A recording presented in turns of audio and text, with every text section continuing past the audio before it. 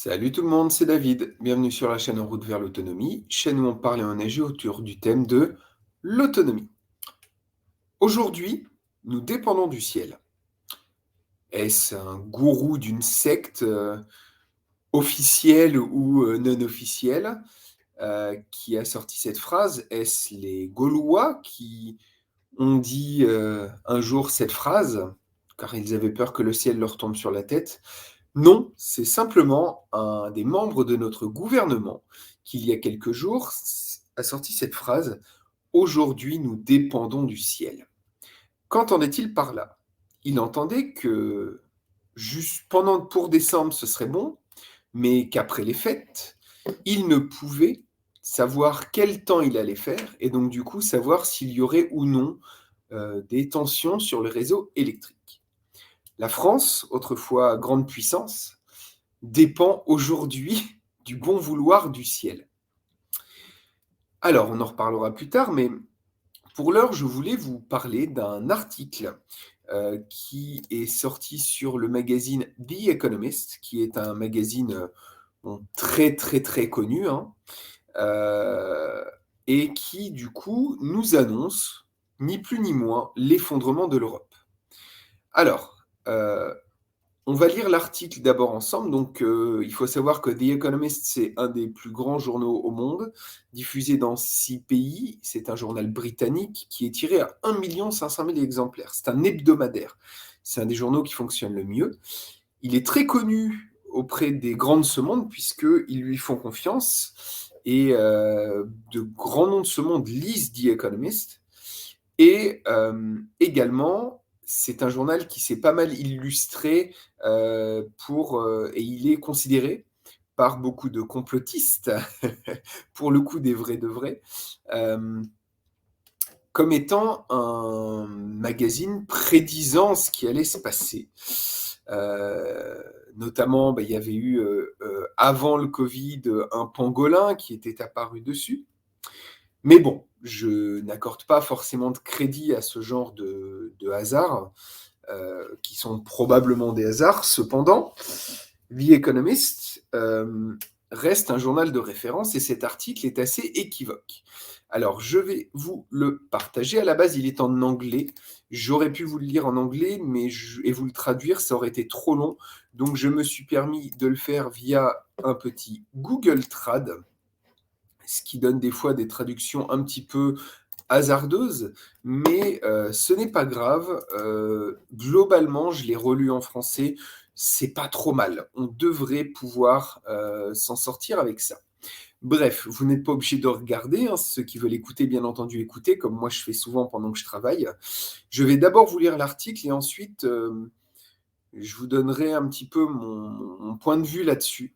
Et je pense que c'est un article qui est très important. Alors déjà, vous voyez l'image de l'Europe qui gèle, c'est la couverture du magazine, c'est du 24 novembre dernier. Donc vous voyez, c'est tout récent, 24 novembre 2022. Et donc qui titre «L'Europe est confrontée à une crise énergétique et géopolitique persistante». Et entre parenthèses, donc en sous-titrage, cela l'affaiblira et menacera sa position mondiale.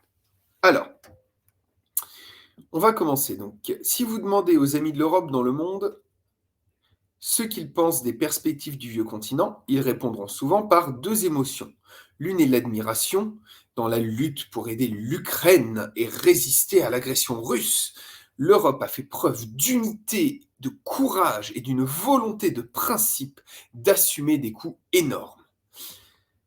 Très idéologique, mais bon, bref. Mais la seconde est l'alarme. Une compression économique brutale mettra à l'épreuve la résilience de l'Europe en 2023 et au-delà.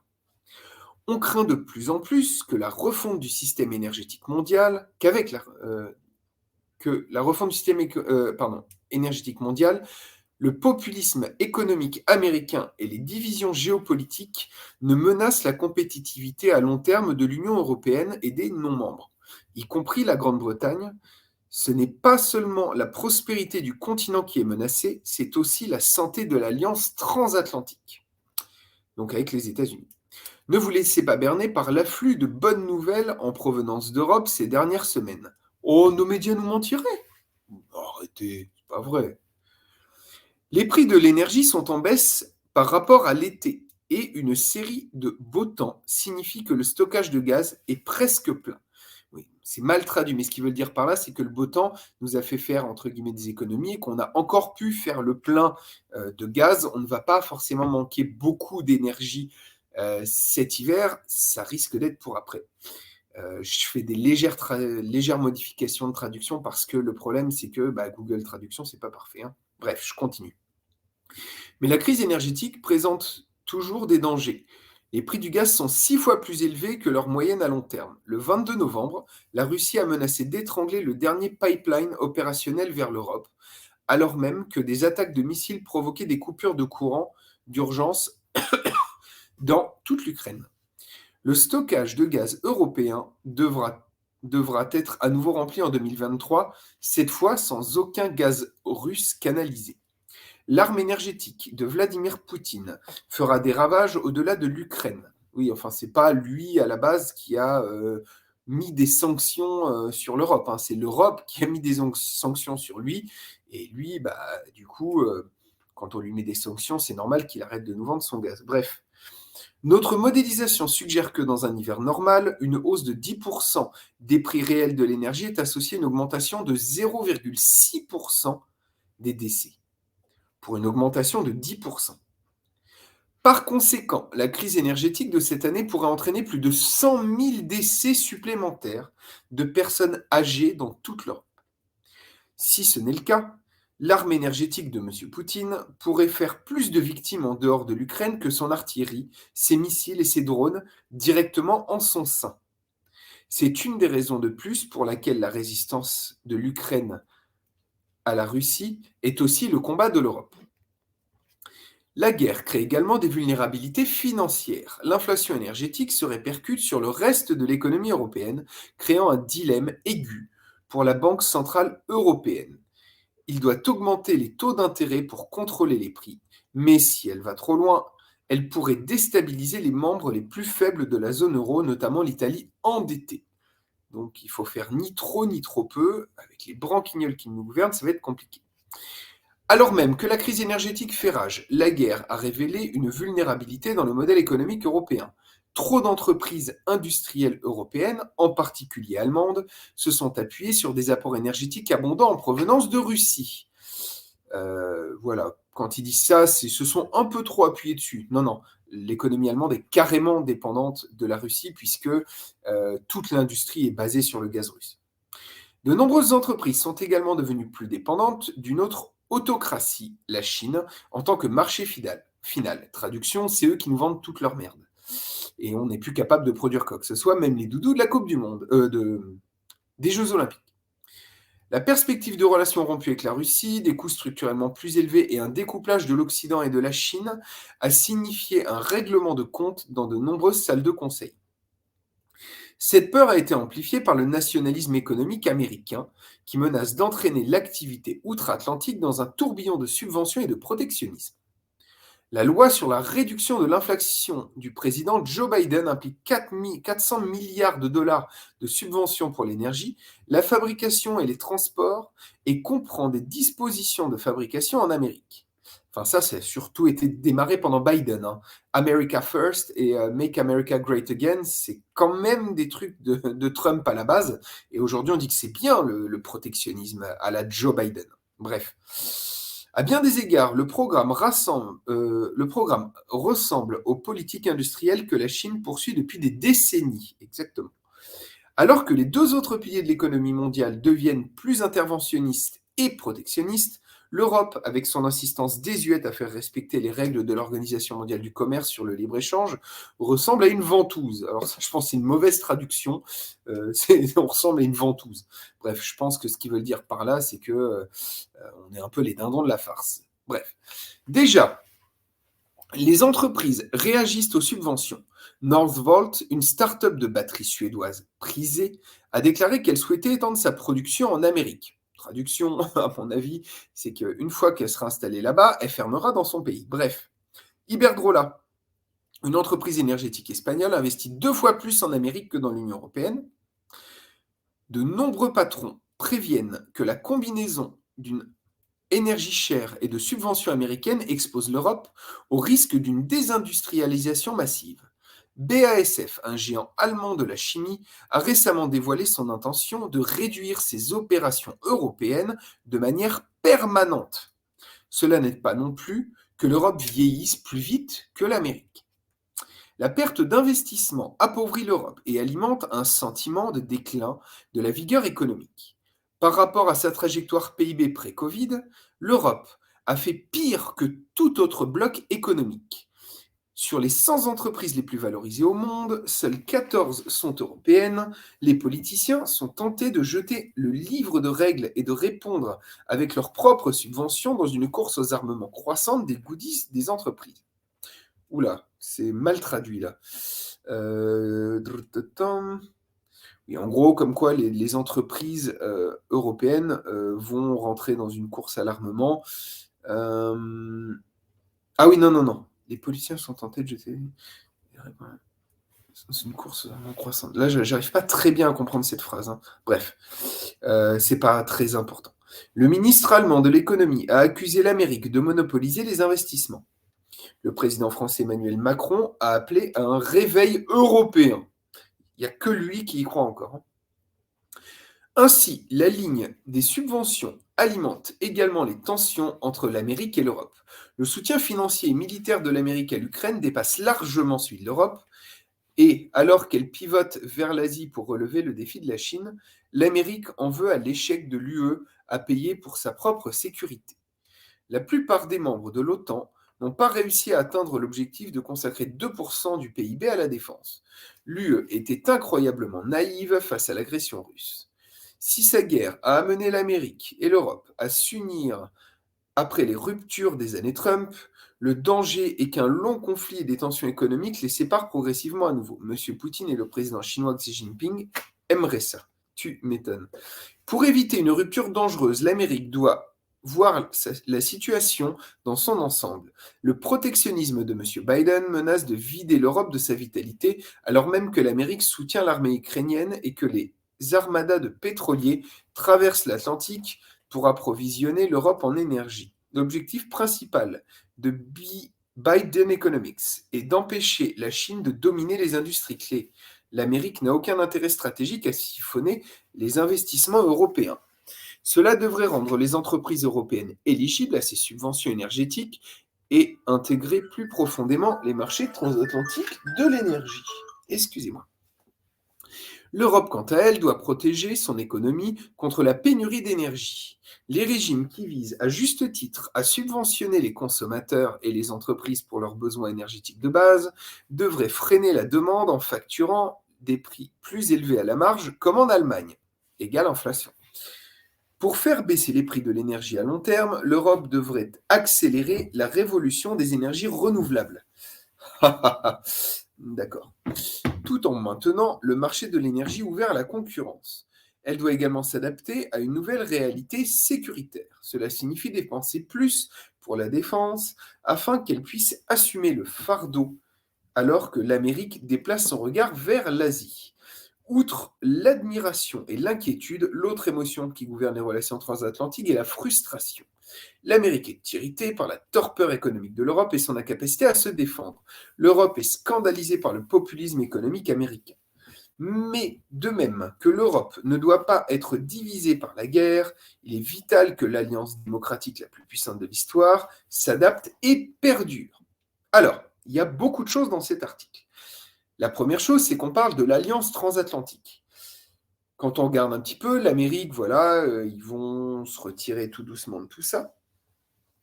Et donc l'Europe va devoir dépenser plus d'argent qu'elle n'a pas pour s'armer, pour défendre l'Ukraine, et peut-être un conflit plus important. Sachant que la France a 3 jours de munitions en cas de crise de haute intensité, faites-moi rire. De plus, pour fabriquer de l'armement, de plus, pour déplacer des véhicules, etc., il faut du carburant. Et si nous n'en avons pas, on sera dans la merde. D'autant plus que, et ça, vous pouvez vérifier toutes les informations, nous allons bientôt envoyer une nouvelle vague de sanctions contre la Russie. notamment sur le pétrole. Donc du coup, en plus de se passer du gaz russe, on va devoir aussi se passer du pétrole russe. Ça commence à faire beaucoup. Ce qu'on voit également dans cet article, donc on va reprendre tout doucement, point par point. Bon, il y a une certaine empreinte idéologique, hein, comme quoi c'est bien, il faut soutenir l'Ukraine et cetera. Mais en tout cas, ce qu'on voit, c'est que, ils le disent eux-mêmes dans cet article, notre soutien à l'Ukraine va, faire s'effondrer, l'économie européenne. Déjà énergétiquement, c'est compliqué. La guerre n'est, d'après moi, pas prête de s'arrêter, en tout cas au vu des nouvelles. Et donc du coup, on va s'enliser dans quelque chose qui va durer longtemps, qui va nous coûter très cher et qui va faire que les relations avec la Russie seront définitivement rompues, tout du moins pour très longtemps. Et donc du coup, niveau énergie, ça va être compliqué, d'autant plus que on ne construit pas des bateaux gaziers en 5 minutes, on ne construit pas des infrastructures pour recevoir le gaz, voire le transformer en 5 minutes.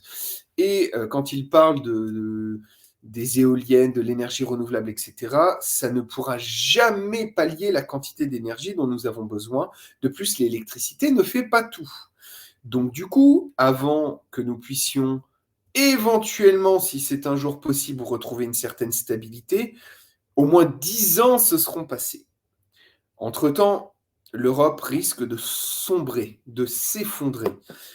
Alors attention, je ne dis pas, quand je parle d'effondrement de l'Europe, qu'il n'y aura plus d'Europe. On ne va pas tous mourir.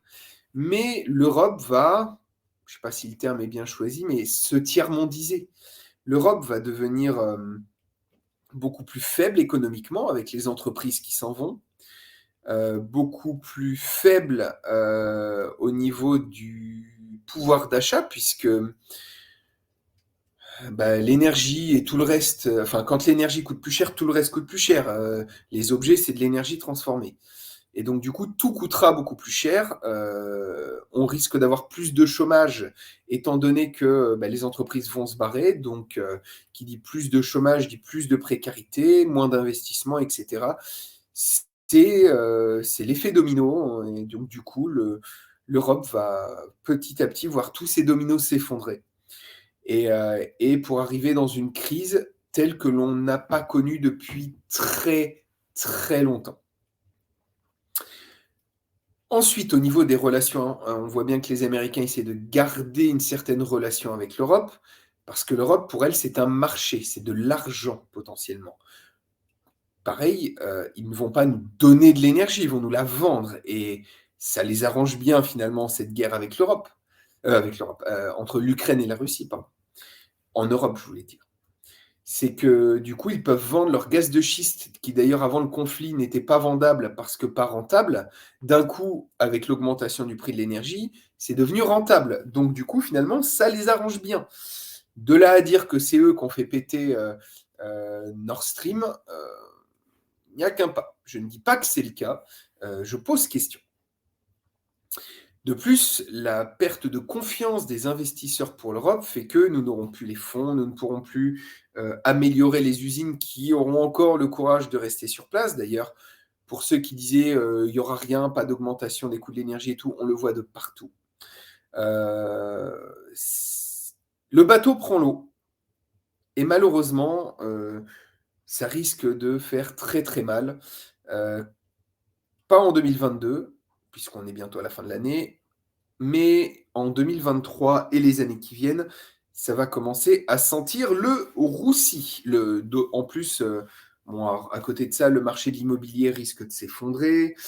Les banques étant pour la plupart en faillite et masquant leurs pertes, ça risque d'être également compliqué financièrement. Bref, toutes les bulles risquent d'exploser en même temps que nous aurons des soucis. Sur un plan énergétique, parce que sur le plan économique, on a bien compris que ça allait être compliqué, mais sur le plan énergétique, cela risque également de poser quelques soucis. Comme je le disais tout à l'heure, un membre du gouvernement a dit « Aujourd'hui, nous dépendons du ciel ». Je ne sais pas si vous vous rendez compte des répercussions de cette phrase. Si demain, il fait très froid, après les fêtes, et c'est marrant, il se passe souvent beaucoup de choses après les fêtes, nous risquons de subir de sévères complications, des coupures d'énergie. Sauf que qui dit coupure d'énergie, et là je me suis renseigné un petit peu pour le coup, qui dit coupure d'énergie dit que il y aura donc plus de chauffage, plus de lumière, ça c'est une chose. Alors moi, le chauffage, ça devrait aller, d'autant plus si ma cuisinière à bois arrive bientôt.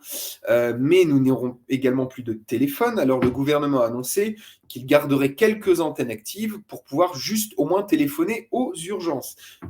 Et ils ont demandé au préfet de faire une cartographie des antennes pour pouvoir régler ce problème. Espérons qu'ils y arrivent, parce que si il n'y a plus d'urgence appelable, vous faites une crise cardiaque, ça devient compliqué. Peut-être qu'ils s'en sortiront juste pour ça, on verra. En tout cas, il y a de grands risques qu'il y ait des coupures d'électricité. Donc, ça a été annoncé, des coupures de 2 heures qui auront lieu entre, je crois que c'est 8h et 13h et 17h et 20h. Donc, les heures où ça tire le plus, c'est là qu'il risque d'y avoir du délestage et donc des petites coupures d'électricité de temps en temps. Sauf que, faut pas qu'il vous arrive quelque chose à ce moment-là. Également pour les hospitalisations à domicile, en cas de coupure d'électricité, c'est pas possible pour certaines personnes qui ont des respirateurs, et cetera. Donc ces personnes seront déportées vers les hôpitaux, ce qui fait que les hôpitaux risquent d'être surchargés parce que les hôpitaux sont soulagés par le fait que les gens restent chez eux, hospitalisés à domicile, ça évite d'utiliser des lits. Et ça fait moins de personnel. Un membre du gouvernement a également annoncé: il n'y aura pas de blackout en décembre, mais après les fêtes, impossible de prédire le temps qu'il fera. Donc du coup, attendez-vous à beaucoup de choses après les fêtes. Beaucoup d'entreprises vont également souffrir de ces coupures d'électricité. Ils ont annoncé qu'il y aurait donc les hôpitaux, les casernes de pompiers, et je sais plus quoi. Enfin, si vous habitez pas loin d'une caserne de pompiers ou d'un hôpital, vous risquez d'être tranquille là-dessus. Mais pour d'autres zones, il risque d'y avoir des coupures. Une chose marquante également, c'est l'augmentation de la communication autour de ça. On voit bien qu'ils sont en train de communiquer à fond pour nous faire réduire notre consommation d'énergie. Et en général, quand ils communiquent beaucoup, c'est qu'ils n'ont pas prévu de plan B. Notamment au niveau de la... Si je pouvais me permettre une petite comparaison, pardon.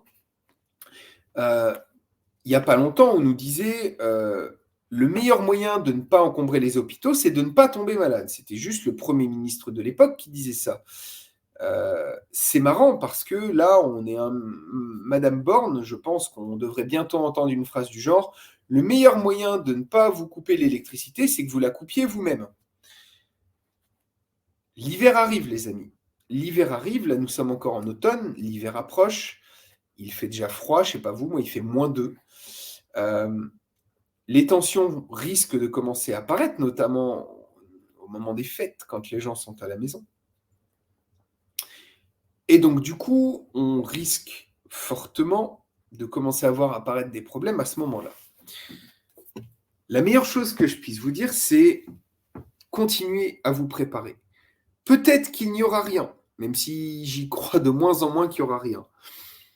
Mais n'attendez pas le dernier moment pour vous préparer à d'éventuelles coupures. Sinon, vous risquez de les subir plutôt que de les amortir. Bref, l'Europe est en train de se vautrer royalement.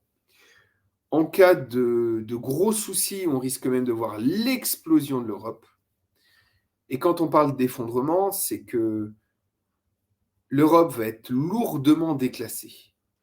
Et on risque, à l'avenir, d'avoir des situations très compliquées. The Economist parle de près de 100 000 morts potentiels, supplémentaires. Bref, prenez soin de vous. Préparez-vous.